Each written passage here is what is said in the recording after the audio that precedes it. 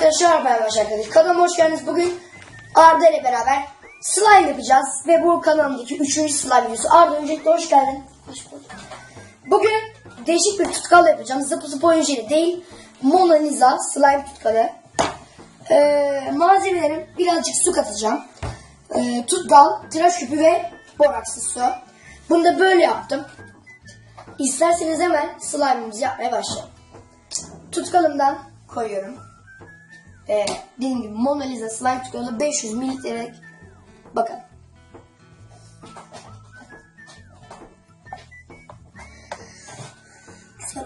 Tıraş köpüğü koyacağım için birazcık büyük olacak slime. İnşallah. Tamam, bu kadar yeter. Abartmayalım. Çünkü abartmaya gerek yok. Şimdi önce bir kıvamına bakacağım. Ona göre su ekleyeceğim. Tamam, su ekleyebilirim aslında biraz. Biraz ekledim su. Ve karıştırıyorum.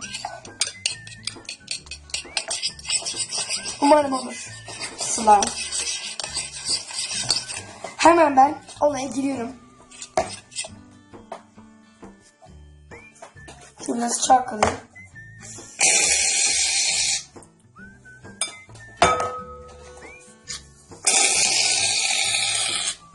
Bir. Evet arkadaşlar, iyice koydum. Tamam. Şimdi karıştırabilirim. Hatta ben birazcık daha tutkal koyacağım ki full tıraş küpü olsun istemiyorum. Ki bunu şimdi iyice karıştırmak lazım. Evet, göz kararıyla koyuyorum. Şöyle, tamam. Şeffaf olacak değil mi? Hayır, tabii ki de.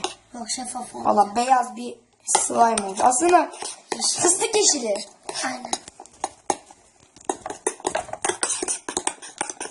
Yavaş yavaş rengini veriyor. Bunu iyice karıştırmak lazım. Şimdi ben bunu karıştırdım, geri döneceğim.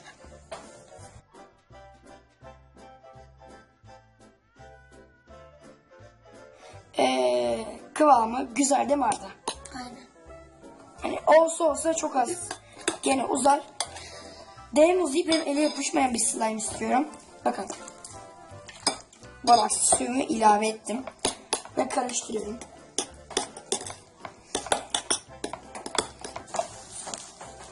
Evet arkadaşlar, devam ediyoruz. Slime'ımız oluyor. Ben video öncesi, yani videoyu durdurduğumda çok karıştırdım. Borax suyundan ilave ediyorum biraz.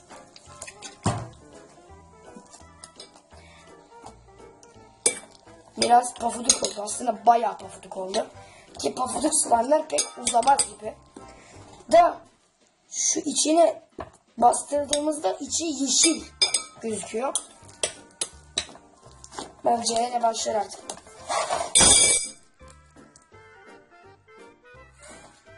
Arda nasıl? Bence başka boraks koymaya gerek yok. Bence zıp zıp oyunculuğundan daha iyi bir sonuç aldım. En azından bu uzuyor yani. Şöyle bastırayım mı? Tabii ki de Arda. Hatta bir dakika. Bence güzel oldu Arda. Kaç verirsin uzun üzerinden? %10 üzerinden derim ben. 10 üzerinden. 10 üzerinden 9. Peki bir puanı neden kırıldı? Yapışması yüzünden. Yapışıyor mu? Benim elime niye yapışmıyor? Abi benim elim çok güzel. Sen kolunu sıyır da önce. Sen bir... Evet arkadaşlar. Arda'nın eline yapıştığı için ben aldım. Çünkü oynamaya devam ederse o zaman onun slime benim elime yapışacak. Görüyorsunuz. Benim elimde küçük kaldı. Bakalım. Evet, uzuyor aslında slime, güzel. Bekle. Tamam. Evet arkadaşlar, görüyorsunuz. Böyle bir baloncuk yaptım. Ama maalesef patlıyor. Arda, bir slime'ı çekiştirelim mi? Şunu şöyle bir yapayım. Bence başka boraksız su koymaya gerek yok. Son bir kez şöyle bir... Arda, getir bellerini. Şöyle ağzını şöyle yap. Kapat iyice. Elini bir oluştur. Tamam, şimdi oyna. Gel. Tamam. Şimdi sen tut bakayım şuradan. Hatta kalk ayağa istersen. Sen şu iki öbür ucundan.